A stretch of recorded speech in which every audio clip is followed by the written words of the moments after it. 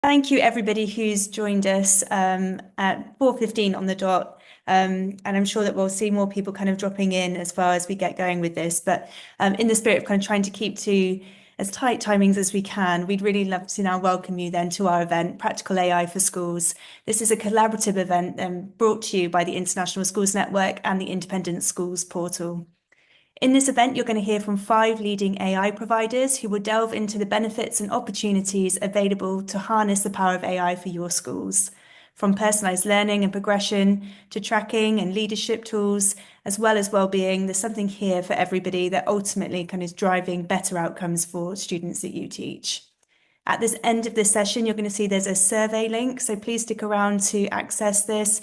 In here, we'd really value your feedback, and it's an opportunity for you then to connect with the speakers today. Please feel free to utilize the chat to share your experiences. We do have Q&A enabled as well. We will try and pick up some questions at the end of this session also. We're going to start and kick off with our first speaker today, and that is Stylus. Stylus are going to present to us AI to improve reading and writing. They are redefining how English writing is assessed and improved. And in just 18 months, they've brought rigor to AI in schools. They've won Department for Education funding for 2 years running. They were named BESA Startup of the Year 2025, and they're now up for 2 BET Awards, all reflecting the unparalleled support that they offer to schools and their highly detailed English writing marketing services or marking services. So we'd really like to welcome then Hannah Gillet, and Director of Schools, and Dominic Bristow as well, CEO. Thank you for joining us. Thanks ever so much for having us. Yeah, it sounds really great when you say it like that. Yeah. But yeah, over to you. Fabulous. Well, I'm going to be kicking us off today. Hello, everybody, and thank you in advance for your attention. So yeah, we've been doing some work on using AI to mark student writing. I'm going to just set the scene briefly. So we're actually between 2 conferences. We did a conference down in London earlier in the week where we did some of the presentation slides you're about to see. And, we've had a really exciting response. It's really kind of a stepping out point for us, having spent 18 months making sure that the underlying foundational marking service is super rigorous, really high quality. And now what we're able to do on top of that, hopefully will be apparently impactful. So just a brief word from us on, our past lives. We were both former teachers. This is us circa, I don't know, God knows how long ago it was. And you can see that I'm there marking. I actually left the classroom, stopped being a classroom teacher because of the marking. Couldn't do any more marking. So I am a former teacher, though proud lifelong educationist. And alongside that, also a technologist. And again, sort of always was that as well. In fact, you could probably say that my first official foray into educational technology was getting in trouble aged 5 for programming our BBC computer in the school to say Mrs. Robson smells over and over again down the screen in different coloured writing. But certainly these 2 hemispheres of mine have come together in the Stylus company, where I am delighted to lead a bunch of other former teachers and technologists. We are working on using AI both devoutly responsibly, I think it's important to say, but also provably impactfully. And it's quite hard to prove the output of AI, but that's something we spend a lot of time doing. And if you're not evaluating the output, we think numerically and then incrementally improving that, then you're always going to be prone to the possibilities of so-called AI slop. Obviously all of the companies that are taking this seriously are doing whatever they can to avoid that. And we're one of them. So Stylus in a nutshell, we mark any writing that students complete from Key Stage 2 to 4 using the British vernacular. But really what that means is handwritten work, as you can see, paper first. So we very much encourage the work to be completed on paper with a pen, scanned in with our frictionless process. We spent a lot of time getting to a point where teachers just grab it in bulk when they've written on the Stylus sheets, and then they stick it in a photocopier and send it over in one PDF, and then we do the rest. So that's the important thing. Bullet point 2 here is the important bit: service, not tool. So we take the responsibility essentially for QAing the output. We're still doing a lot of teacher moderation, so we've got a lot of human eyes on all the work that goes out with the Stylus name on it. That's really important to us because it allows us to give that credibility and reliability to schools, but we also use that output to improve the product. And that is a really core part of what we do. We find disparities between what teachers are saying and what the AI says, and then we assess how to improve it from there. So it's deeply rigorous, totally reliable, and incredibly detailed. We'll go into a bit more detail about that in a second. So here we are in the ISN event. Why are we talking to you? Well, we've come up with something, this approach that we're now using, we think is unprecedented. We hope it's going to be important. Certainly, the Department for Education seem to agree that what we're doing is on the right track, and we've got now a couple of years of funding with them. So we've rolled on to a second year of the contract for innovation through their AI Tools for Education project. And so we're recruiting as wide a range of contexts as possible at the moment in order to make sure that the new features that we're coming up with are truly fit for purpose for as many future schools as possible. And lastly, we're at war with AI slop. So we are, very aware that we're moving towards a future where, the untrained, unfocused use of just a raw chat model, like ChatGPT, by teachers, creates extremely easy access to potentially educationally vacuous content, and it's going to lead inevitably to a point where students will be drowned in unactionable feedback, while teachers are decreasingly able to tell the difference between educational insight and the generic sounding output that you'll get from an untrained, simply prompted model. And so, with that, hopefully, you will kind of join the charge. There's no charge to join this charge, and do everything that you can as educators to focus on the responsible use of these models. That's something that we're really strongly advocating.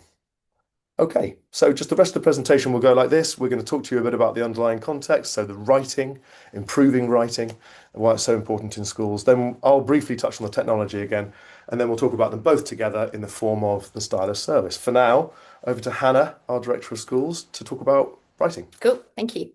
So Dom mentions he's our resident technology nerd. I'm our resident writing and grammar nerd. So I'm a former head of English of almost 10 years. And now going to talk about the writing side of it, the education theory that underpins all of this. This is probably not a very controversial statement to start with. So literacy as an impediment. We all know that students who can't read, can't write, struggle to access exam questions, struggle to get their ideas across, struggle to express what they want to say fluently. It's a massive barrier to access across the curriculum, and it's not just the problem of the English department. This pains me slightly more to say, but I have come to accept it as an English teacher, that writing is actually quite like maths. This might sound a little more contentious. A lot of English teachers, myself included, are very defensive over the idea that our subject is very holistic. There's a lot of nuance and feeling and emotion and responding as a reader. And there'll probably be lots of you, if not on the call, but in your departments or in your schools, who are a little resistant to the idea that AI could give feedback on something that's so personal. But actually, I don't think the two need to contradict. You can have both if you're using AI to assess, because writing is actually very hierarchical. There are holistic elements, there is flair, but there's also lots of places where once you've secured one thing, one quite basic thing, you can access some much more sophisticated techniques. When you map the elements and the relationships and you think about what a student needs to be able to do at sentence level and then at paragraph level and then at text level, whatever level it is you're working at, you're getting students who will be competent, accurate writers. And you can then be methodical about it. So this is something that if you take a maths mastery approach, won't be unfamiliar. Perhaps is a little newer to English teams and to writing leads. This idea of finding and securing fundamental prerequisites before moving on to more complex areas of writing. So when we have a solid foundation, we're able to access more of the curriculum. This idea of introducing quite complex elements of writing or having students able to deploy ambitious vocabulary and ambitious sentence structures actually is a bit of a false economy. If we slow down and we secure the basics, we don't then see those students who age 16, age 17, age 18 are still writing sentences that are a paragraph long or that don't make sense. And you're not having any of your teams writing comments like, please use full stops, which I definitely did myself when teaching 17 and 18-year-olds. This is even more contentious, and this may alienate some of you on the call. Might literacy actually be more important than maths? Obviously, as an English teacher, a former English teacher, I'm going to say yes. But actually, there's research that's on my side here. So when you unblock English, you also unblock maths. The research has shown that maths results improve in tandem with literacy intervention. So in other words, when you focus your efforts on helping students to access the curriculum through their reading and their writing, their maths results improve without changing anything. The author of the writing framework, which those of you that are based in the UK may have come across recently, agrees with that. So the writing framework, for those of you that aren't based in the UK, is essentially a document that's come out about a month ago now, that's being accessed by English schools, that outlines the approach to teaching writing in primaries. The lead author of that says nothing else matters until students can consistently write in accurate sentences. And that's the approach that we want to take as well. Again, secure the fundamentals, the foundation skills, and you unlock the rest of the curriculum. It's not, I guess, new information to say that if you get the basics right, students will then do better later on. And there might be plenty of you who don't necessarily have writing as a priority right now. But we would pose the question, if you think across your school, across your group of schools, across every student you teach, what percentage of sentences written by students are complete and accurate sentences? And if you're anything like the students that I taught, the answer is actually a lot lower than you would like. And that's where we think this focus on foundational literacy is really important, because then it lets you do all the really fun stuff around crafting interesting text that readers want to read. So at Stylus, our approach is that we think writing should be granular. You go down to the level that is as small as you could sensibly teach on its own. And that means right down to basic things. You don't do a lesson on capital letters. You do a lesson on capitals to begin sentences and capitals for proper nouns. You don't teach every variety of sentence structure. You teach them one at a time, and then you teach how they work together. It needs to be explicitly taught. So again, this is something where reluctantly I can admit that I've learnt from my maths colleagues how to approach this. Clearly defined, clearly modelled, clearly practised. Primary teachers often do this far better than secondary colleagues, has been my experience so far. At secondary, my expectations of my students were far too low, and my explicit teaching of things like sentence structure was far too difficult and over most of their heads. And we're going to touch in a second on why that's such a problem. But it also needs to be logically sequenced, following the hierarchy, building foundations until they're solid, and then again, students can access those more complex skills. And finally, it needs to be objective. And again, this is one that as an English teacher, I found really hard to get my head around. But we can't allow space for guesswork and inconsistency, and even worse, teachers spending all their time moderating and trying to agree on what a good one looks like, rather than focusing on teaching and securing those core skills. So our focus as a company is all on revealing writing, finding where those gaps are and plugging them. So the first question, how do we know what each student would benefit most from being retaught? You can't ask your teachers to go and find and diagnose that across the whole class set of essays every single time. So what we need is a model that defines all of those elements you're looking for in a student's writing. You need an accurate record that comes straight from student work of all elements and errors. But to get that, to mark even half-termly would take almost 200 hours, we've worked out. So this would be just marking once every 6 weeks your classes work. That's 200 hours of teacher time over the course of a year. It's not possible to do. That's about a fifth of a teacher's director time in the UK. That's time not spent on behaviour, not spent on planning, not spent in the actual classroom. And it still gives us insufficient detail and volume when we're expecting teachers to do it by hand. But if you could get this accurate record of every single thing a student knows, what would happen next? I mentioned teaching 18-year-olds who didn't know where to put a full stop. And I mentioned pitching lessons far too high that when I then learnt what was being covered in primary, I realised was completely the wrong thing to focus on. If you know where students' gaps are, your best lesson won't go over their heads because you'll be meeting them where they are. We think teachers are irreplaceable, that this is not about using AI to go and replace what teachers do, but instead it's about elevating them, giving them the information they need to plan those lessons that target exactly the gaps that students in their class have. Teachers are the best at teaching. AI can't replace that. But we think that perhaps it could be the best at assessing all aspects of writing all at once. And if that's the case, going to hand back to Dom, who's going to talk about how we've made that happen. So it's now clear to us from the evidence that comes from the teacher moderators that work against the AI that the AI is now responding correct responses more frequently than human teachers at this very, very fine grain. I'll very quickly tell you how we've done that because I realize that we've actually only got 5 minutes left.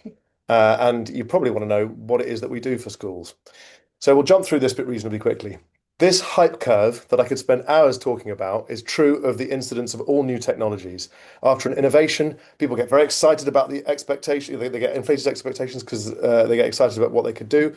They end up in the so-called trough of disillusionment before working their way out to a plateau of productivity.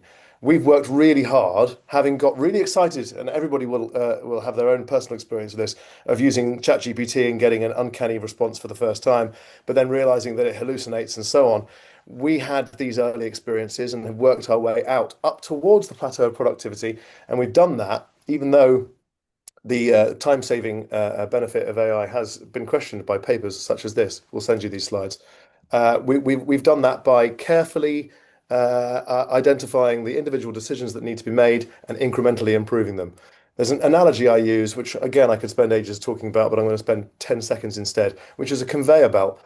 You put an input, like in this case, a prompt on one end, and you have a desired output for this technology. A lot of the time, by no fault of your own, the box might fall off. This is a different description than I normally give. Every now and then, it will completely fall off the side. This is nonsense returned by the model. But do we say this conveyor belt is never going to work again? Of course not. We put guide rails on it, and this is a core idea. So every time you put an input in, it comes out the end. You might just say this is good prompting, but the guide rails will change for all different input, different pieces of writing. It's very clear to those of us who are working deeply with these technologies that you have to keep working to see what the chaotic input of real life makes the output become. And in this case, what we do is ensure over time, as best as possible, that you don't get this bad output. The other thing you can do is decrease the scope of the decision. So in our case, we turn the teacher assessment framework type statements, of which there might be 20, into instead 100 of them, all of which are assessed on a sentence by sentence basis across a piece of writing. So what? So what we've done here, we've got these marking policies that are deeply well defined against all the possible micro decisions that you might want to make when you're assessing a piece of writing. And what that means is that all feedback is informed by data. We're not relying on the AI to have the educational insight. We've mapped it out already. And because of that, they will be educationally nutritious and not generic. And teachers, therefore, don't have to oversee the marking. Because they don't need to oversee it, we can assess every sentence, we can do it at scale to a level where we can finally know all that there is to know about writing. I think since I'm already talking and we're so close to the end, I'll just roll straight on to the next section to say that when we know everything we can know, you can know who is ready to learn what you're about to teach. You can say who doesn't know some prerequisite understanding that is going to block them from engaging in my lesson. I can also then ask, who should I be reteaching and what should I be reteaching and to whom in order to unblock the most of my students? And across whole school groups, some of you on the call, I'm sure, will be in this position. You will be able to theoretically see across all sentence level data across all of your schools where we should be applying support and where should we be targeting intervention and even CPD. So what does stylus look like? And here's kind of a punchline in just the minute and a half that I've got left. I think that's right, isn't it, Claire? Yeah, that's right. Yep, 2 minutes. Yep. Okay, cool. So teachers print out blank sheets. Students write on them in their invariably chaotic handwriting. They drop those into a photocopier and scan them over in one PDF. We do the rest. Because of that, student reports going to individual students based on these, by the way, 250,000 data points for one class across 6 pieces of work. This deceptively simple feedback here is deeply well targeted and prioritized for exactly what they need to work on. Next steps activities for each of them. Teachers have summary reports, again, really, really targeted, really, really actionable, and always prioritized for the most important thing, linked to, for example, potential target intervention groups with the student names for your next carousel lesson, but also why you might want to be, or rather, what was in the work that made us identify that. And then obviously there's a lot of digital engagement that you have as well. Teachers can bring up the dashboards, see how many thousands of marking judgments go into the insight that they're able to see. You can browse the original scans, and you can even see annotated transcripts that show exactly where students have gone wrong, where the errors are, all of which taken and delivered to you while you have gone off and just read the pieces of writing with a cup of tea and done what AI cannot do, which is to like the work. Tell the students what they've done that affected you, and let us, as the AI friend in the background, make all the other decisions. People have been blown away by what we've done. This CEO you can see here of an academy trust in the middle of England says, no gimmicks, no snake oil, stylus just works. I'm going to skip the bit about the DfE contract for innovation that we're doing because we've run out of time. However, I will tell you that through that we're making some unprecedented features that allow this impact to be felt at a very wide scale, and we would love for you to join us. So if you'd like to scan this QR code, you've got a very exclusive ISN price here, £250 per class. And then for those of you who fill in the form right now, we will draw two of you, and you'll be entered into a prize draw. Well, the two of you will be drawn from those of you who fill in the form, and they will get an even better, super special discount of £100 per class. So please let us know if you're interested, submit your interest, and we will get back to you very soon to talk about the rest of the service. I think that's all we have to say. Thank you so much, Claire. Thank you, Hannah. Thank you, Dominic. It's incredible to kind of learn about how this service is really supporting schools and developing. I think that all the teachers on the call here will be aware of how much a time sync marking can be. And so thinking about how to really utilize AI and the best way to do that, it's fascinating to look at this and how it's really working. Just very quickly, we've got 30 seconds before we jump into our next talk. I just wanted to ask for an example from a school that you're working with, how it's really helped their outcomes. Oh, good question. So we're working with a school in the Midlands who've got quite a deprived intake and have had real struggles with workloads. They're actually a case study on a website. They're called Springgrove. They've had teachers come into year six for the first time who've really been struggling with keeping up with the workload, but also the demands of what they need to get ready. And they've said that the AI has been supporting them in teaching better lessons, but also giving much more targeted feedback to students. Similar to a school down in southeast London, who've said the same kind of thing, that they're now seeing students improving their writing across all subjects, not just English, because they're taking this feedback and then bringing it with them into their science, their history, their maths lessons, and fixing the same things. So the sort of common thread is the teachers actually have more time to do things with the insights rather than just being buried under piles of marking. Oh, wonderful. Thank you for sharing. Great to hear some testimonials there and how it's really working in schools. Thank you so much. Okay, we're going to move now on to our next session. So next up, we're going to hear from TeachMate. So TeachMate is an AI platform built for education, trusted by over 375,000 teachers and school leaders worldwide. This session will provide a good introduction to TeachMate and showcase 150 plus tools, safe, curriculum-aligned open chat, and the new leadership suite designed to support whole school improvement. Created by teachers for teachers, it helps reduce workload and make teaching more effective. Faye Palmer is Partnerships Manager for TeachMate, and she's going to be presenting to us today, AI to save teachers time. Welcome, Faye. Hello, thank you so much. Lovely to be with you all this evening. So as Claire mentioned, I'm Partnerships Manager, previously Community Advocate for Wales. So you may hear lots of mention to Wales, which I must add is raining for a change. So as you can see, the history of TeachMate, if you haven't heard of us before, back when ChatGPT launched in November 2022, we saw, 5 days later, over 1 million users. The growth there was really, really quick. TeachMate launched in April 2023, and it was all about, that idea that the potential for AI to support teachers, because exactly like Claire said, our whole platform is built around being for teachers, by teachers. I'm a secondary school specialist myself. I previously worked in a school in France, and now in Swansea, and I have middle leader responsibility for digital skills. So I get it, very much so. So it's all about harnessing the power of AI, reducing teacher workload, and also allowing learning to be really personalised. So I'll give you a few examples of that as well. I'm just going to put my timer on as well to make sure I don't go over. Done.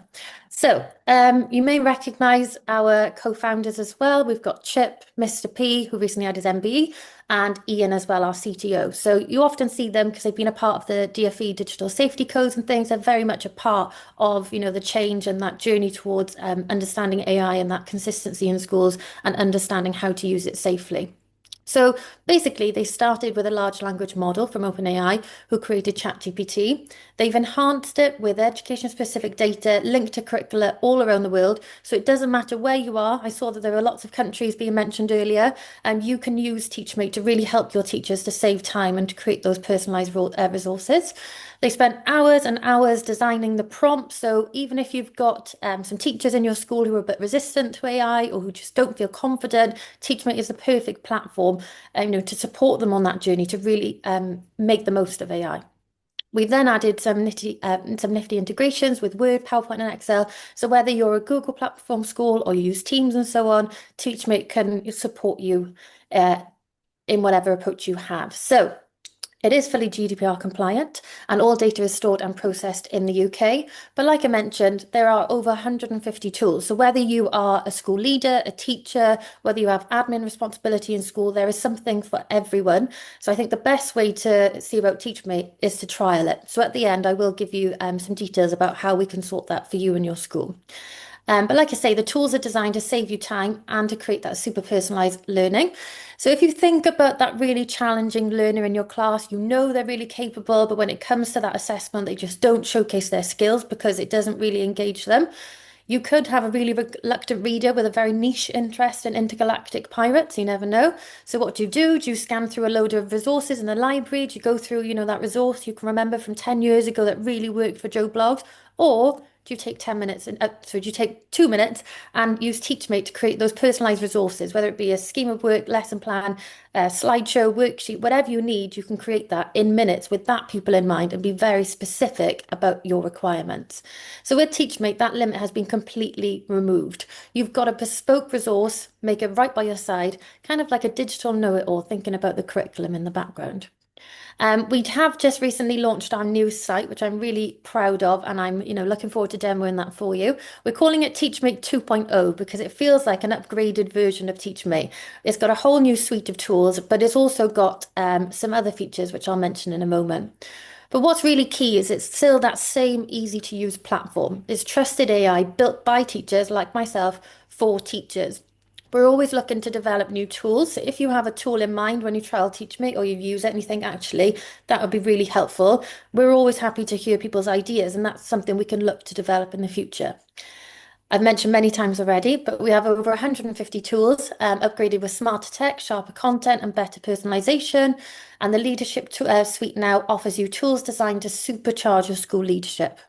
So you've got ones on there to help you with communication, with behavior, with your newsletter, all of the admin tasks and so on, and also for monitoring things like observations, taking away the time from admin and letting you really focus on what matters most to work towards your school improvement goals. One of my favorite features of the new site as well is open chat.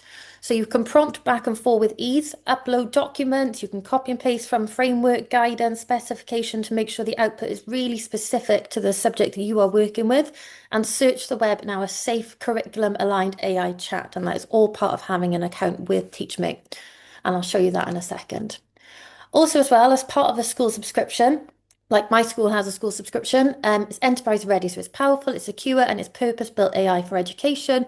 You can easily manage your users. You can support your staff with, adding their accounts, forgetting their passwords, and so on. But it also gives you a lovely breakdown showing you those most popular tools in your school. So you can see if, most of your teachers are saving time by using the risk assessment tool or the lesson planner or the worksheet generator and so on. And it'll also show you the top 3 staff or top 3 schools if you're a multi-academy trust. So you can really monitor the use and see how your teachers are saving time and celebrate that as well, because it means then that they've got more time to focus on the pupils.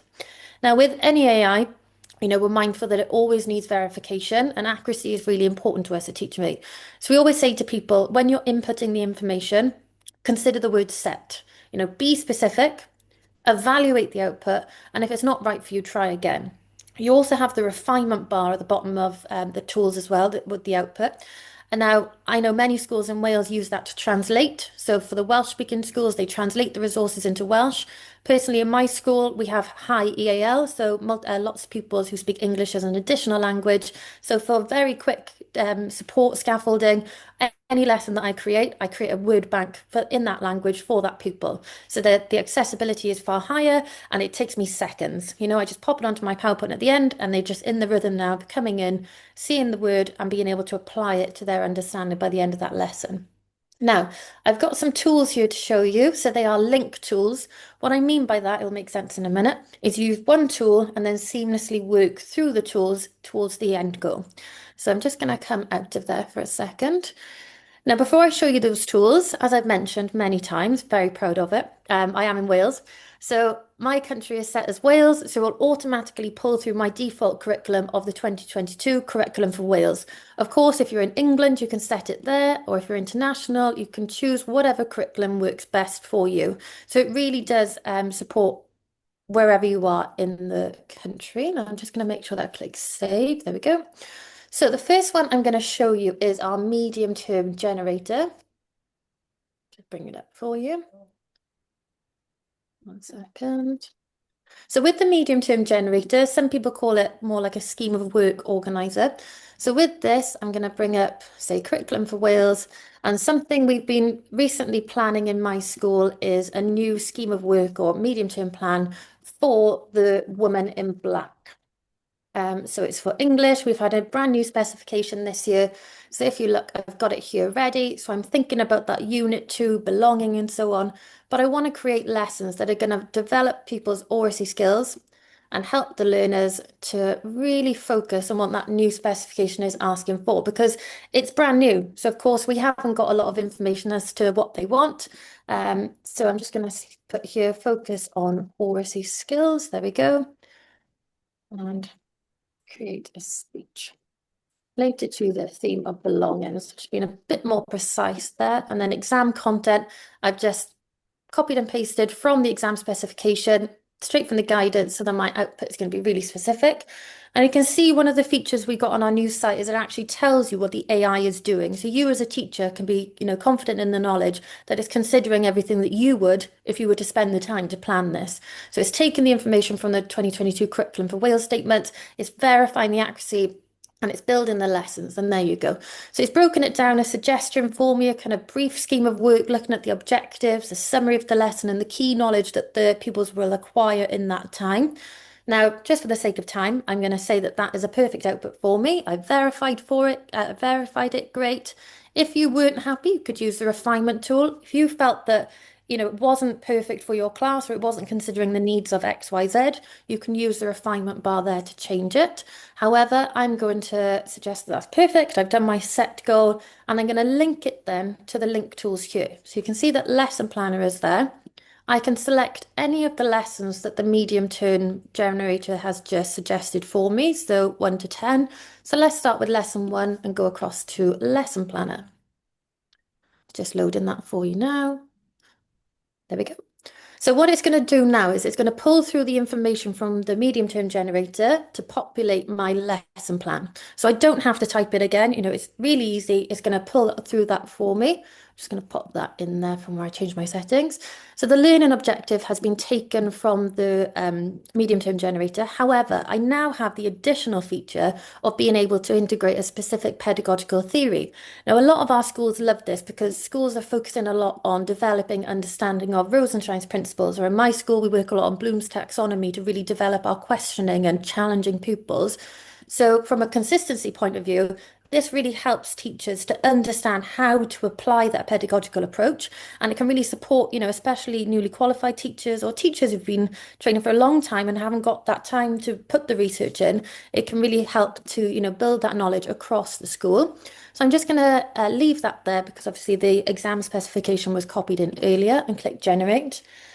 Now, what you'll see is the lesson plan that it provides me with is very much in live form. The reason that is so that you can simply edit it before you export it, whether it be to Google, Teams, and so on, or just down to your user area.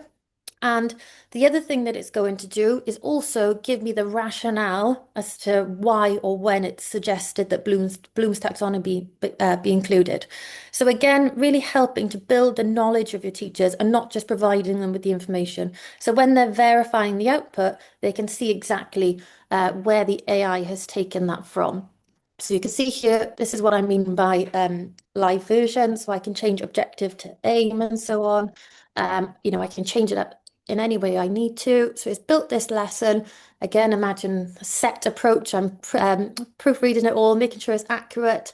And you can see here the link to the pedagogical approach. So it's explaining to me where and why Bloom's taxonomy is being included. Again, that's an optional extra, so you don't have to include that. Like I mentioned earlier, my school has a high percentage of pupils with English as an additional language. So I'm going to use the refinement bar to ask it to translate the key vocabulary into Arabic. And I'm going to let the tool kind of adapt there for me to provide that differentiation for the pupils, just so that it's included in my lesson plan before I move forward and create the slideshow. And I'm going to check the time whilst that's loading. There we go. So if I go back up, there we go. The Arabic is there. And obviously, if I wanted to, I could ask it to provide the term definition and so on as well. So all of that differentiation has been done for me, but you could ask it to provide any language or, to change up the lesson plan with your pupils in mind as well for the special educational needs. Now, another one I'm going to show you is here. Now, recently, my school has been focusing a lot on reading outcomes. So we've noticed over recent years that our pupils' kind of reading ability has declined, and we really wanted to hone in on engaging our pupils with improving their reading. So I thought, well, let's try using AI. So you had a particular class in mind. It was very boy heavy. So we started by asking them, what interests you? So you can imagine 12-year-old boys said football, Minecraft, all the things that interest them, interest many boys. So me being me, my very minimal football knowledge, I'll be honest, I'm a rugby fan. I went away and I made a comprehension for them based on the Man United and Man City rivalry. Now, the first one went down a storm. They did one on Minecraft, absolutely loved it. And the next one, not so much, because I didn't check who they supported and they were Chelsea fans. So my top tip would be, if you want to take this on board and trial this to engage your learners in reading, check who they support first. So as you can see with this, I'm making a comprehension. So my pupils then went on to read it on Immersive Reader, so they were really engaged, they had control over how they were reading and the pace and so on. And I was just very simply there, just putting the interest in.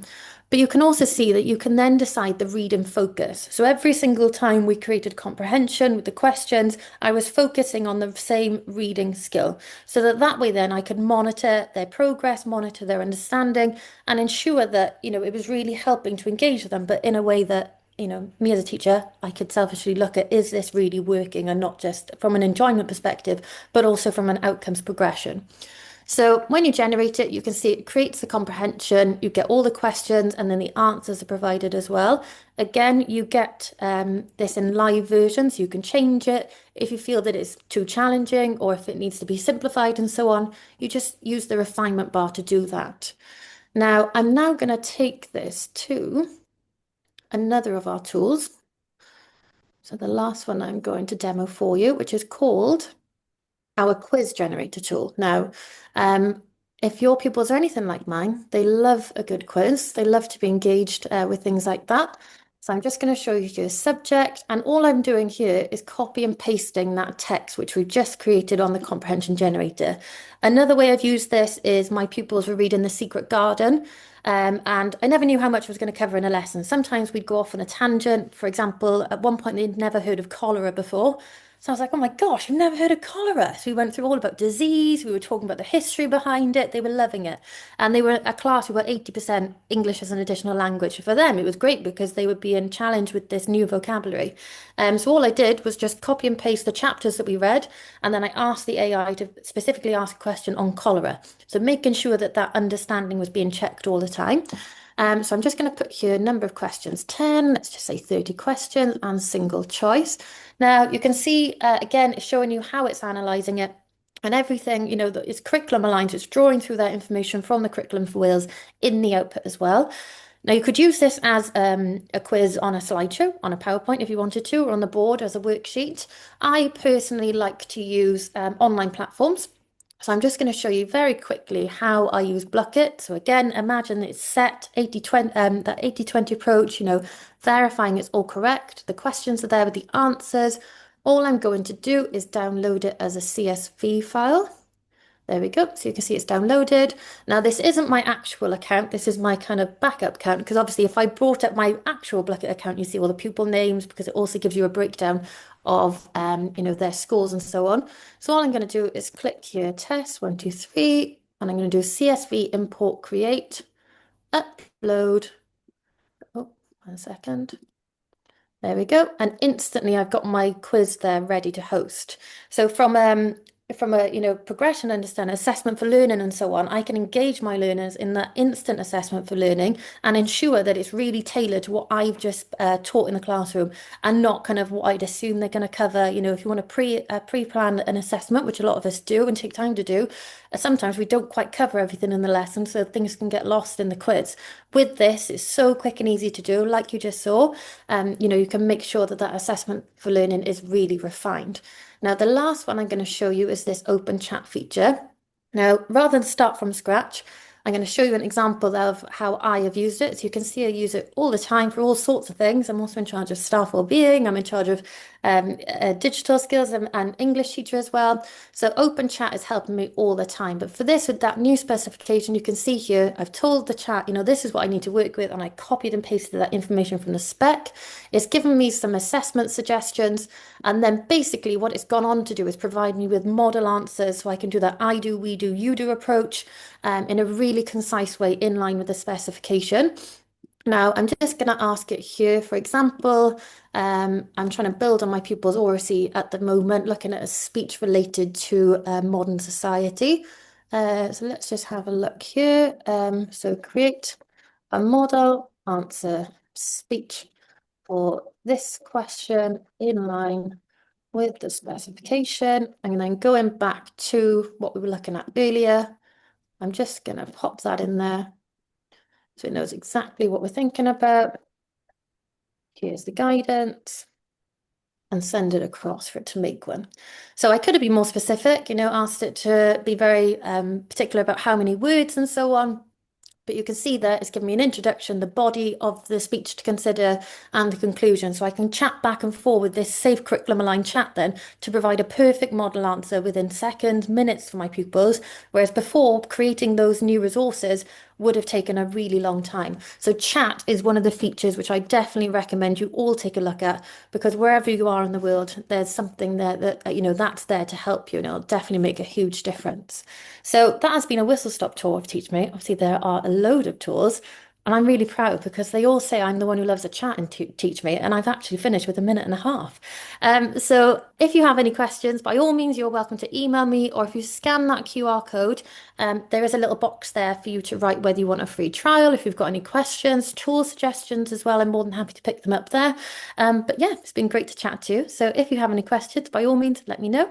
And I look forward to chatting to you too.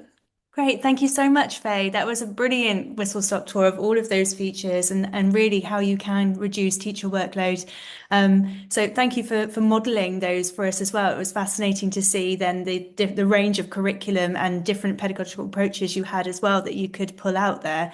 Yeah, thank you so much. Right, we're going to move now on to our next presenter. So up next, then, we're going to hand over to Quest Progress for their presentation on assessment and progress tracking with AI. Launched in 2025 by the team behind Atom Learning, Quest Progress offers a modern AI-powered approach to assessment and progress tracking. It brings together standardized assessments, clear progress data, and an AI-powered intervention to help schools identify gaps and personalize learning to supercharge progress. Designed for every classroom and device, Quest closes the loop between assessment and intervention. Welcome to Michael Southern-Augustine, Head of Schools at Quest Progress, who's going to lead us through this presentation today. Awesome. Thank you so much, Claire. And it's a pleasure to be with you all this evening. I'm going to run you through today a little bit around, firstly, who we are as Quest, although Claire's brilliantly introduced us. I'm then going to actually show you how most of my schools are using the platform to ultimately make interventions that are improving outcomes for their pupils. The first thing to sort of highlight is that we were founded in 2018 and we're one of the fastest growing ed techs in Europe. We started off with our home and school learning platforms that use AI already to provide targeted interventions for pupils, ultimately ensuring that they're seeing work that's at that proximal zone of development, so not so hard that they're becoming upset, but likewise not so easy that they're not being stretched and challenged. The reason we've moved into assessments is because my role as head of schools is to always be kind of very curious around what isn't working, and something that consistently came to the fore, whether I was talking to a year two teacher, board of governors, inspectorate, or deputy head academics, is that they weren't being provided with what they needed from assessments. And so we thought we could do better. After a lot of talking, we realized there were these main areas that we wanted to improve. And the first was around best-in-class accessibility. Far too often, we were hearing that pupils were bending to meet assessments rather than assessments meeting pupils where they were. And so we really followed Ofqual's guidance around things like dyslexia-friendly fonts, full screen mode. You can automatically add extra time for your pupils if they have in the HCP. And you can also choose to turn on things like text-to-speech. So if you have a high population of EAL pupils, for example, and you know that they would benefit from having questions read to them, not a problem. You can just turn that on. You can also choose how you assess, whether that's online or on paper. For example, again, if your Senko has highlighted that some might benefit from being able to actually scribble on a piece of paper, not a problem. You can do that, or you can do it online, again, if you've got neurodiverse pupils. Regardless of how you do this, it's all automatically marked. We use OMR technology to ensure that your team aren't wasting time and instead are getting actionable feedback that they can then start to use to make implementations. We also then produce industry-leading data and reporting, which I think is quite a bold claim to make, but I'm going to show you why I'm confident in making it in a second. That ultimately allows us to then provide teachers with the data they need to provide targeted interventions using AI to, again, ensure that pupils are having the outcomes that they deserve. The first thing I wanted to walk you through, firstly, is the assessments we actually offer. So we go right the way from EYFS up to Key Stage 3, and we provide termly assessments in English and maths, a yearly assessment in science. We also have our cognitive potential assessments, which if you're familiar with the CATS, this is our version, and wellbeing and attitude surveys to allow you to, again, start to triangulate your pastoral data against academic data. As I'm sure you're all aware, an unhappy child is not going to fulfill their full potential, and this allows you to see that full picture. Rather than just talking at you, I thought I would actually run you through how my schools use the platform. And so I'm going to change my screen and we'll get stuck in. The platform itself looks like this, and it couldn't be simpler to use. We can set assessments and we can then view the results. To set an assessment, there's no house points awarded. You click on set assessments and you then work your way down the screen. You can add your pupils and it bolts onto your school's MIS, so it automatically updates. And you then simply select the class and choose the pupils. When you're ready, you then add the assessments. It will automatically go to the correct year group for them based on their date of birth. And you can see we have the different papers available. So English covers GPV, reading and spelling, maths, mathematical reasoning and arithmetic. And if you take a look at these times, these are not long assessments. We want to be giving teachers time back to actually make implementations. Again, far too often, we were hearing that schools were taking 2-3 weeks to assess. And again, frankly, there's already too much to cover. So I'd rather have that time back in the bank. When you're ready, though, you then just select the assessment, click save, choose whether it's an online test or it's a paper test. I'm going to go for online today, and then set the assessment. It will drop into your active and scheduled assessment lists. You then just find your class, click onto the assessment when you're ready to start it. All of the necessary materials will be provided for your teams above. And the next question is usually, how do I actually get my pupils onto the platform? Well, to do that, we very quickly learned that emoji codes is an efficient way to do it, and it supports them in getting onto the platform quickly. When they are ready, they're sat down in either the classroom or the IT suite, and they will come to a screen that looks like this, and they will then enter in the codes that you've handed out to them. So in true Blue Peter fashion, I've entered in my code now. I've jumped in and I can see all of my assessments. I've already completed reading, but I need to get a rig along with mathematical reasoning. So the pupils then click on join, and they can then jump into the assessments. If you do have any pupils that have EHCPs, you can add that so it automatically applies the additional time they should receive, again, supporting pupils to ensure that they're having an assessment that works for them. They'll be told how to use the platform, and when they're ready, they can jump in. And they're going to see a mixture of free text and multiple choice questions. So they simply select the answer they think is appropriate and will then work their way through the test. If they're not sure of the answer, they can just skip it and come back to it later. And the questions will start off easy before becoming progressively more challenging. As they go through, they will then continue to answer. In the top, they'll see how long they have left for this assessment. So very useful if you're working on exam preparation, for example, and want them to be able to work under time. We can change things like the font size if anyone's hard of sight, and again, turn on those questions to be read if, for example, you've got pupils that you think would benefit from that. They're going to continue on. And I'm sure none of the pupils at any of your schools have ever rushed an assessment, so you're probably not going to need to rely on this piece of tech. However, it's useful for a lot of them, is that we've built in devices to slow pupils down. So if we see that they're speeding, we will tell them to not do that. And if they get to the end of their paper but have time remaining, a pop-up will say, well done, but you've missed all these questions. Now go back and answer them. Rather than them sort of having to click back 100 times, it will just tell them you've missed question 3, and they can then jump straight back to give it another go. That is what it looks like from the pupil's perspective and how easy it is to use. Jumping back to your teacher screens, as these assessments are happening, they're able to actually track live the progress and outcomes of that assessment. So this is quite useful if you find you've got mixed abilities classes, if you're international and you've got a lot of different pupils from different backgrounds, it makes it a lot easier for your teams to spot where to make an intervention again. And from a practical perspective, I can pause these assessments. So if, despite saying 400,000 times, does anyone need a bathroom break before we start? Inevitably, when they say so, I do. Doesn't matter, we don't need to panic. We can just pause the assessments. Likewise, if there's a dentist appointment or whatever it is that crops up in a normal school day, we just pause and you can then complete them later that day, that week, that month. So again, we're able to wrap up assessments far more quickly and ultimately give you your data. Once you're done, you'd click generate results, and then the information is ready as long as you do it before 5 p.m. by breakfast, so you can have your tea and toast and start looking through your reports. And I'm going to very quickly run you through what they look like. So they are available automatically generated, and these come as PDF reports or our dashboards, which I will show you in a second. When speaking to schools, I often hear that data can sometimes be overwhelming, and so we've broken our reports down so they're relevant for different stakeholders. What a year 2 teacher wants to see is very different from what the Board of Governors or the SLT teams want to see, and so these have been broken down. First, we're going to run through a class report. So this is really clear, actionable insight. What do I need to go and do with my class?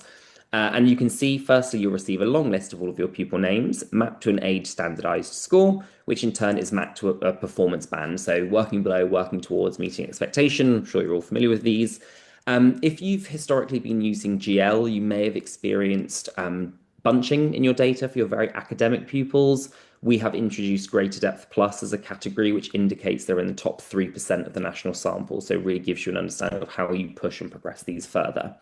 You'll then come on to attainment overalls, which shows you again against a national bell curve where that specific class compares. Each pupil is then listed into their respective banding before being ranked by standard age scores.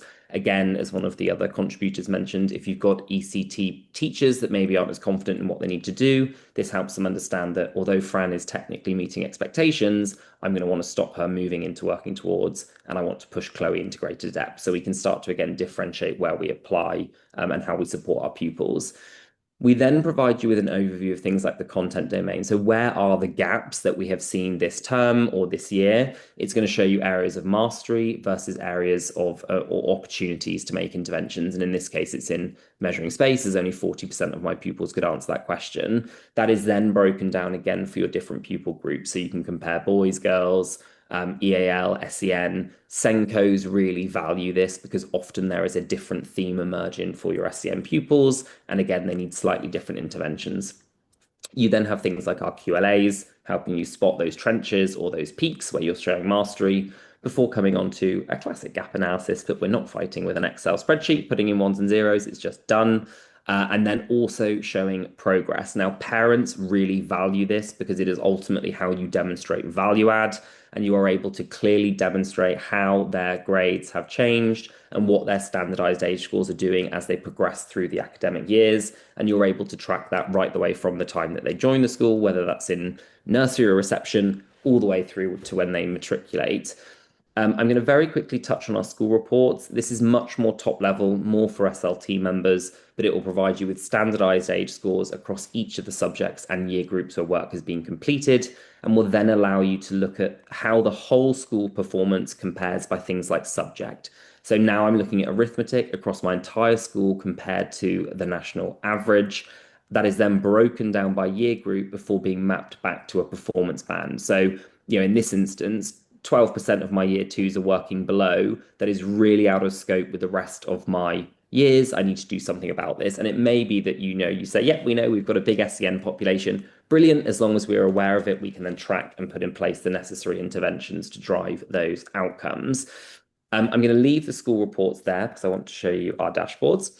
On the platform, we can also come to our results tab and see our all of the information live. Now, I'm a bit of a nerd, but I think we're building something quite cool here.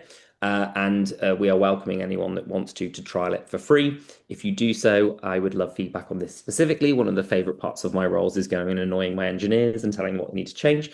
But what we're looking at now is the entire result for my school. But if I was, say, working with my year 5 team, I can just select year 5 and it will filter immediately to show me what that looks like. Maybe I'm working with upper key stage 2. I can then look at years 5 and 6. Just going back to year 5 for now, and I'm sure all of our teachers care deeply about all of our subjects, but let's say I'm with my head of maths and I just want to know, what does progress in mathematical reasoning for my year 5 look like? I can select that subject, see a top level overview of the standardized age scores, what progress looks like, and then understand where specifically across the curriculum are we seeing mastery and where do we have an opportunity. In this instance, for example, it's on position and direction. Whilst that may be true as an overall, you also can use the filters on the side here to understand specifically for things like EAL and non-EAL.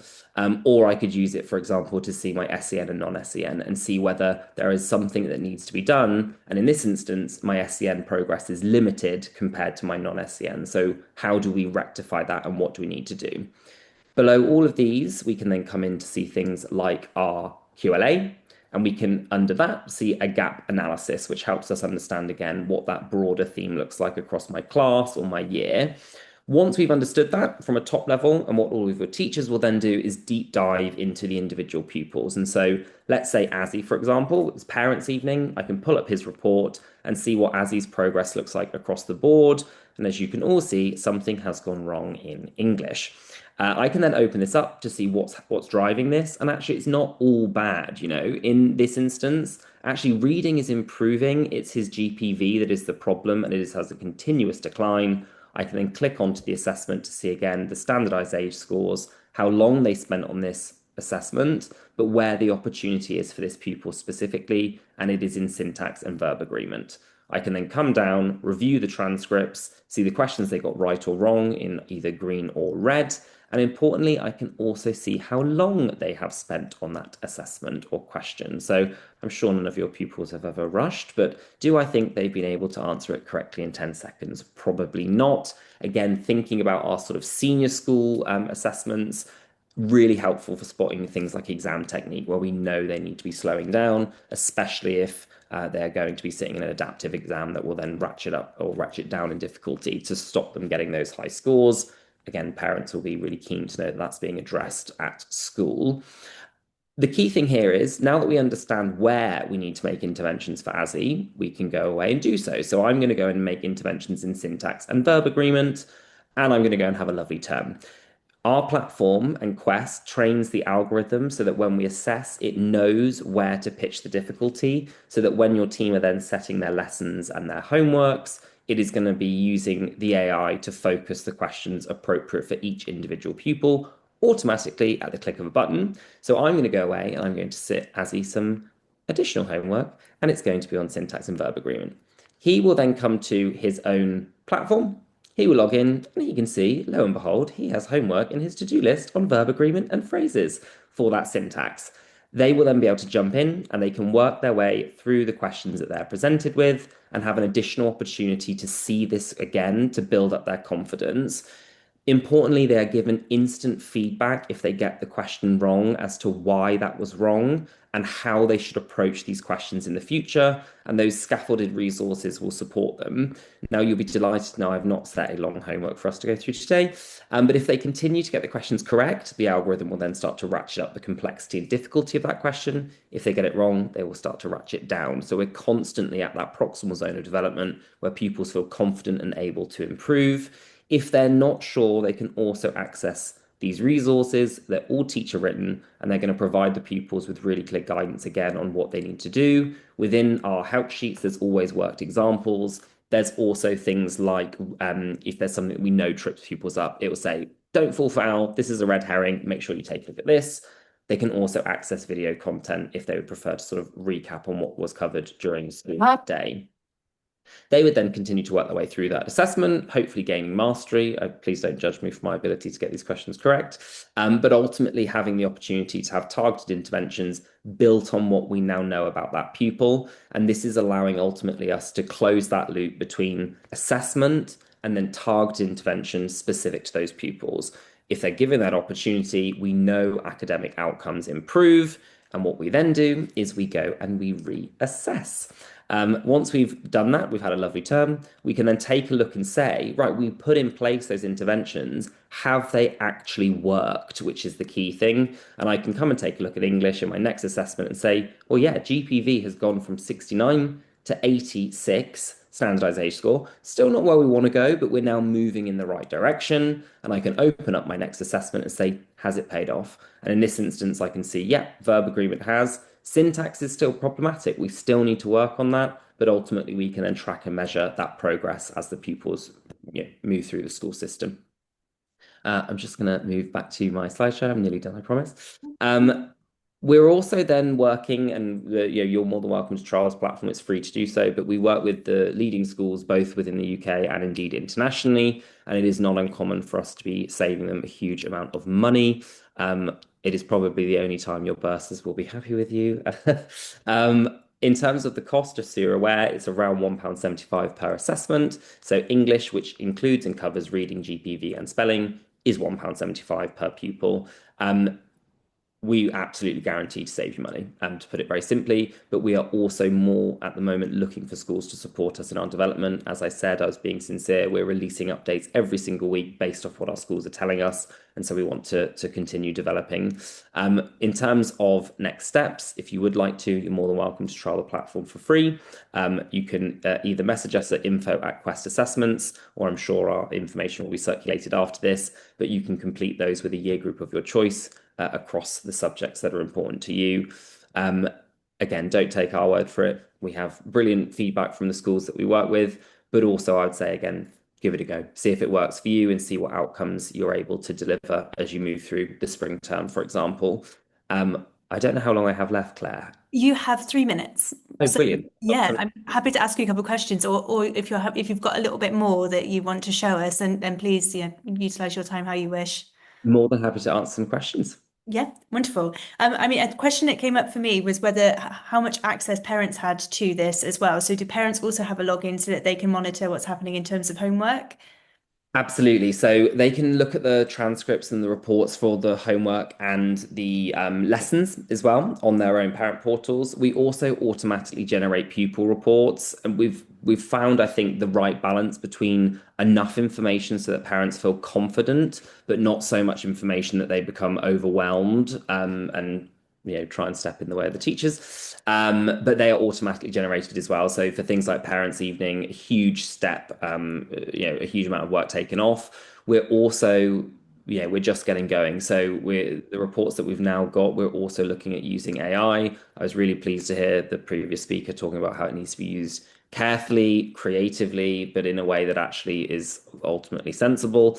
But we want to also use our AI within our pupil reports so that it provides guided next steps so that teachers can see specifically, Billy was doing really well within this area, but he now needs to go and do X, Y, and Z.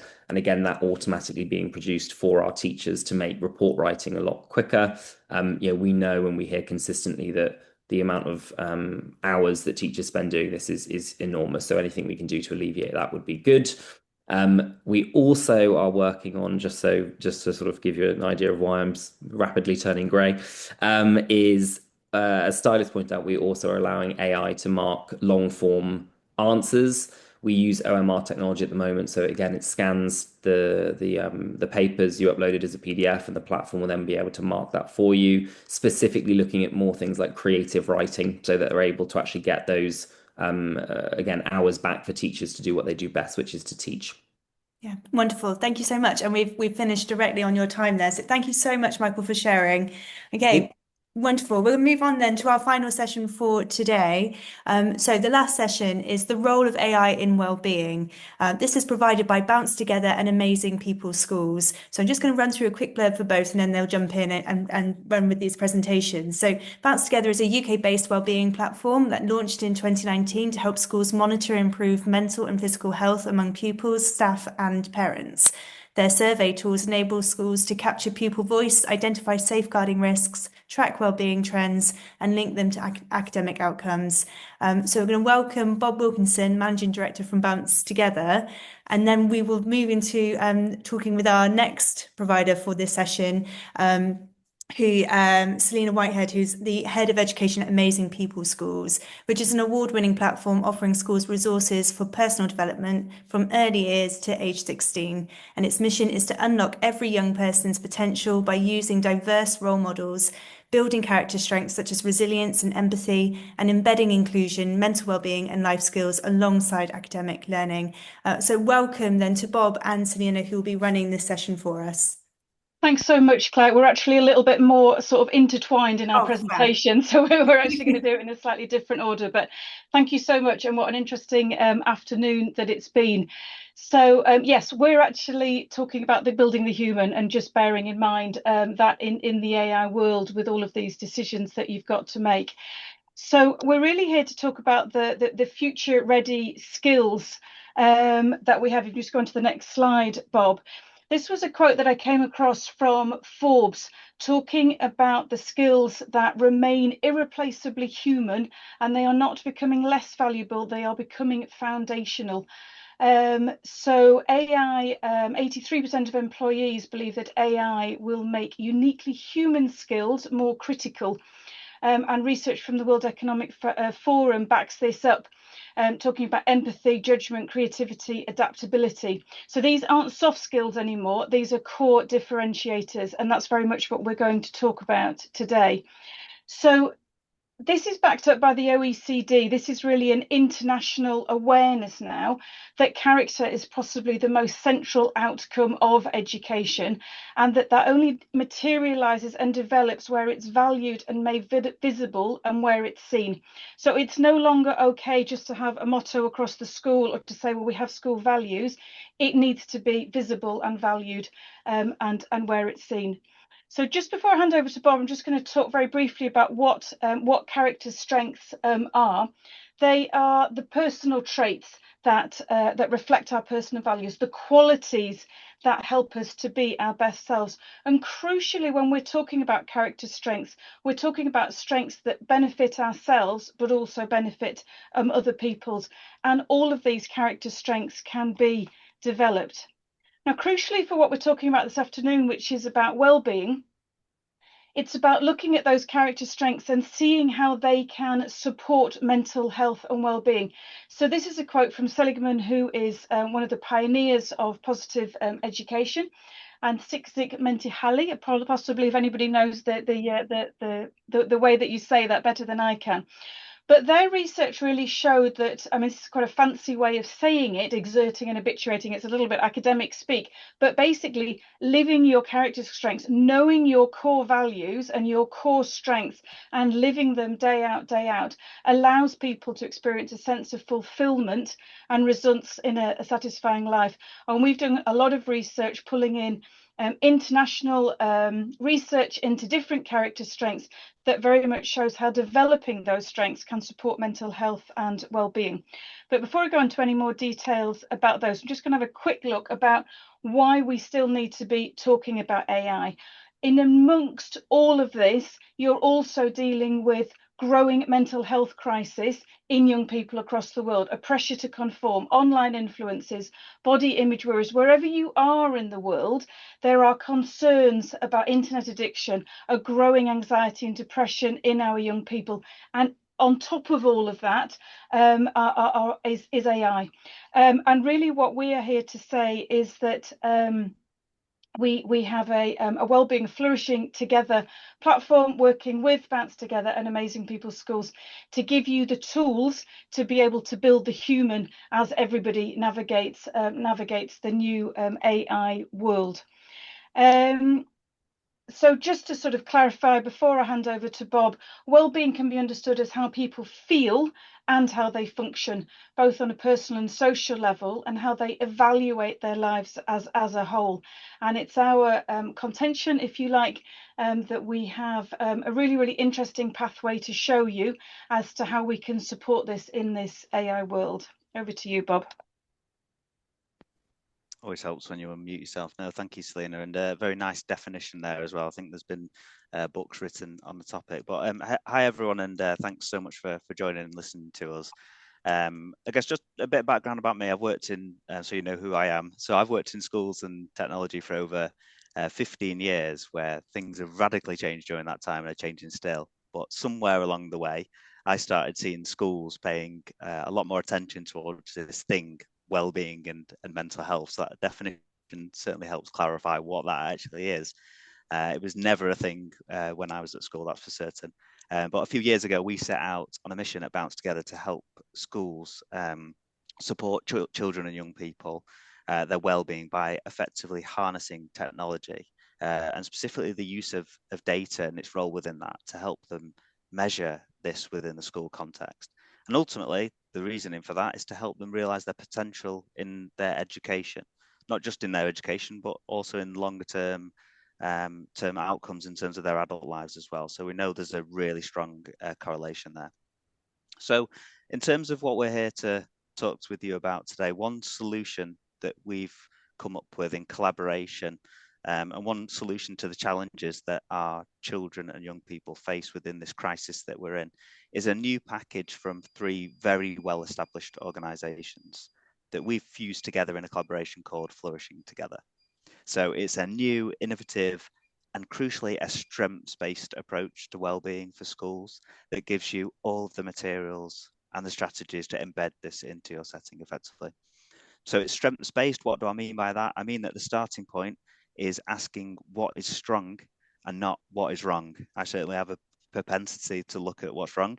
And it's all about helping children realize their potential and realizing those qualities, uncovering those qualities to help them face adversities and tackle challenges. Genuinely, I really wish that I was taught this stuff when I was in school, because it absolutely wasn't. So how does it work? So it really consists of 3 sort of constituent components within the package. So First of all, surveys and analysis for insight and impact data. And that's provided by Bounce Together. I'm going to talk about that in a little bit more depth shortly, sort of explain a little bit more about what that means.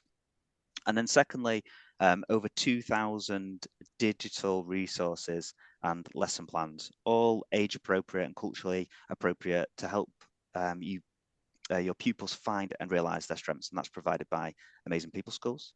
And then thirdly, high quality CPD training and support, which is provided by the brilliant Kelly Hannigan and the brain behind an organization, Mind Work Matters. Definitely check her out if you're not familiar with her work.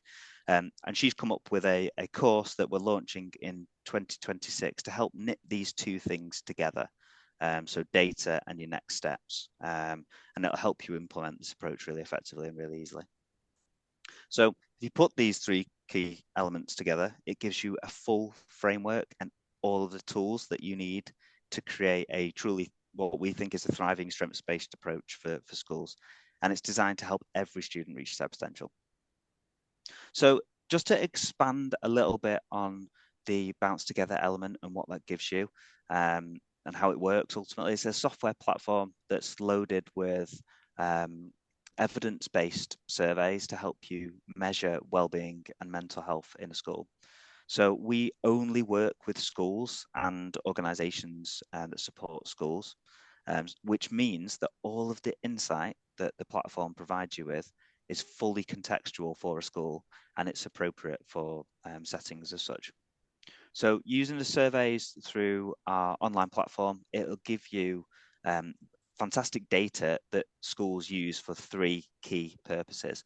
And those purposes are for insight, impact, and identification. We'll talk about those in a second as well. So I just wanted to share this, which is some research from Children in Need, which really, for me anyway, emphasizes the need for us to be surveying our children and young people. And they found that 32% of pupils do not feel comfortable asking for help with their feelings and with their emotions. So that's pretty staggering. And for me, raises a key question of how are we supporting and how are we identifying these students who aren't comfortable to talk about how they're feeling and speak to us about it. And I absolutely believe that we should be asking them, yes, in conversation, pupil voice surveys, but somehow giving them a platform to express how they feel. And that's exactly what we're doing at Bounce Together and what our platform enables you to do. So in terms of the insight that's provided through our platform, what do these surveys enable you to do? This boils down to sort of three key things. So firstly, it helps you to go beyond anecdotes and what you think you know. So many of our schools tell us that the surveys that they utilize on the platform reaffirmed, if you like, what they thought and what they felt, but it helps them to quantify that through the use of evidence. Secondly, whilst that's the case, it usually and typically shows things that they didn't think of, or things that were unaware to them or in their blind spots. So it can really help you to identify trends. And thirdly, those trends and insights can give you a very forward-looking view. So it means you can potentially identify issues very quickly before they escalate beyond your control and before they kind of get out of hand. Secondly, measuring for impact, a very common use case in terms of why schools survey the pupils and what they do with the data. So by measuring for impacts, you can see which initiatives are truly making the biggest difference and which aren't. So this will really guide you on what to reinvest in or maybe highlight where you might need to change course sort of more strategically. It also enables you to tell very powerful stories of success. So I'm sure everyone on this call is from schools are doing and have seen some amazing things that they've put in place. But using data and quantifying it in this way can really help to sort of tell those stories and shout about those amazing and positive things that are happening and going on. And then thirdly, for identification. I would say that 99% of our schools, and we're working with hundreds of schools now, you use our platform and use the surveys for identification. It's an incredibly powerful thing. So whilst the insight shows you what is happening and helps you to spot the trends, the identification element of well-being monitoring reveals the who. So it helps you to identify those children that are going under the radar in your school, which was emphasized on the previous slide. And using a specially created character strength survey that we've produced in partnership with Selena and Amazing People Schools, it enables you to focus on a pupil's strengths. So it'll help to guide you in knowing what interventions to implement. And on that note, that's where this package Flourishing Together is providing you with everything that you need. So whilst Bounce Together will give you the insights in your setting, you may be thinking, what do I do with that data when we've surveyed our children, or what to do next? So this is precisely where Amazing People Schools come in.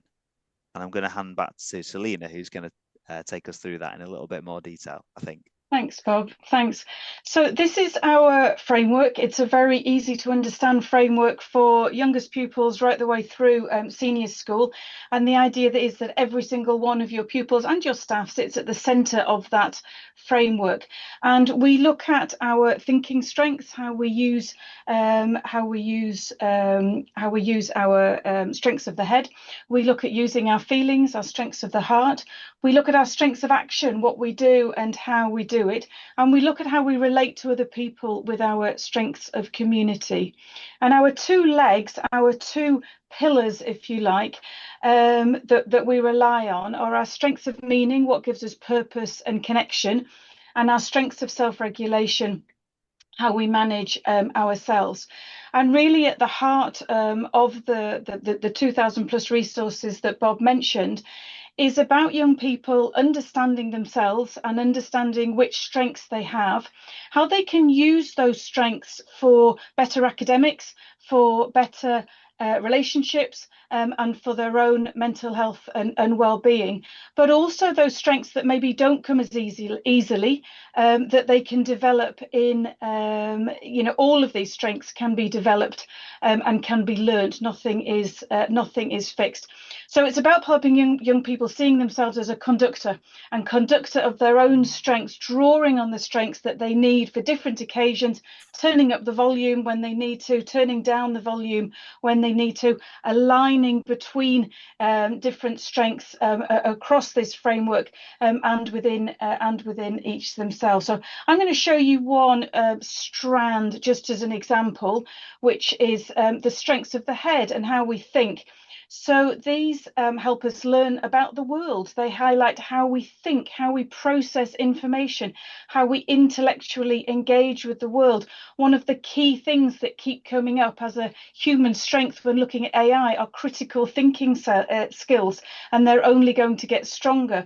These thinking strengths help us make sense of the world, to solve problems, to make informed decisions.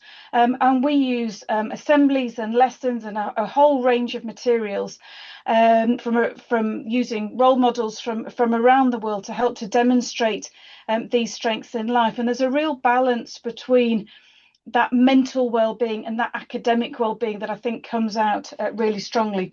So I'm just going to give you the example of Martin Luther King, who I'm sure you're all familiar with, a civil rights activist in America who worked for equal rights, didn't lose his optimism. One of his famous speeches, "I have a dream," maintained the hope and belief that positive change can happen.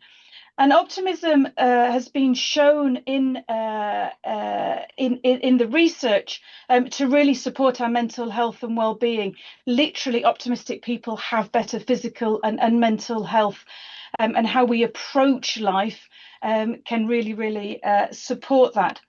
And I just want to also mention about optimism and hope, thinking about AI. So if you have a student who is using AI learning, it's one of these amazing tools that we've been looking today, and they are learning and encouraging by those small successes that they can get through using AI, then that can help their ability to improve and to work forward. AI is a fantastic tool, and explicitly teaching them as seeing AI as a tool that can amplify the human abilities that they have, helps to build that optimistic, hopeful mindset. But again, it's got to be explicitly mentioned. They've got to be understanding that process that they're going through.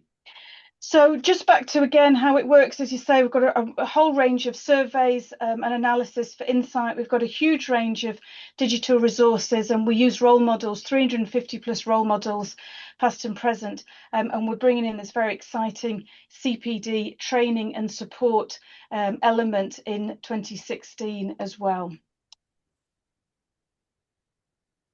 Over to you, Bob. 2026. 2026, that's when it's coming.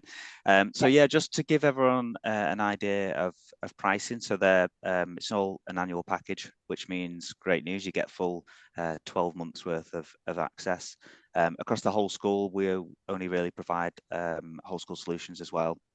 The pricing for Bounce Together on its own ranges from £500 a year to £1,400, depending on what you need. We have sort of various different packages and things that we offer to help you get the best value for money ultimately. And then Amazing People Schools, it's £500 for a primary school, again per annum, and £1,200 for a secondary school, which gives you full access to all of the content, all of the resources, the framework, the lesson plans, etc. that Selena sort of covered.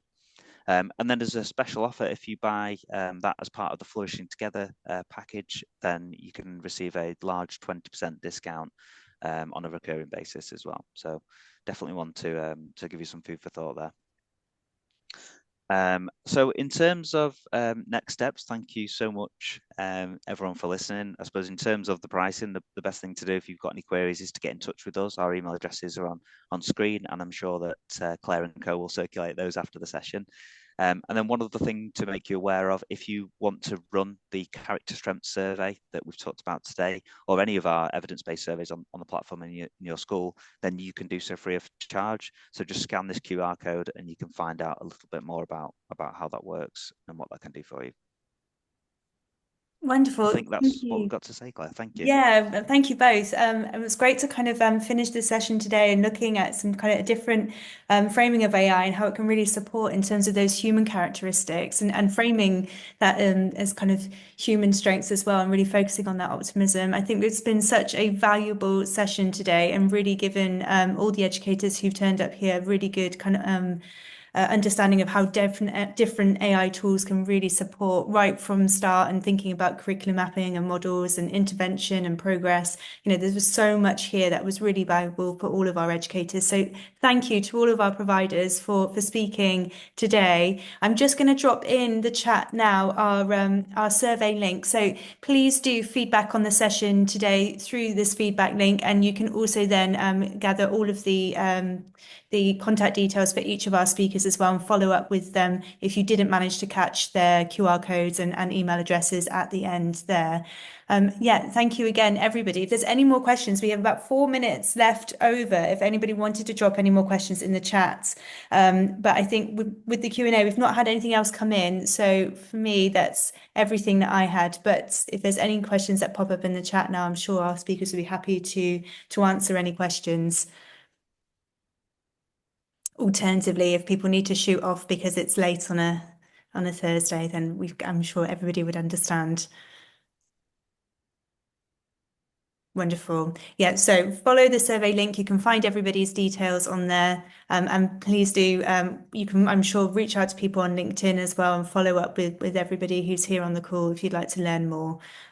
Yeah, thanks everybody for a wonderful session.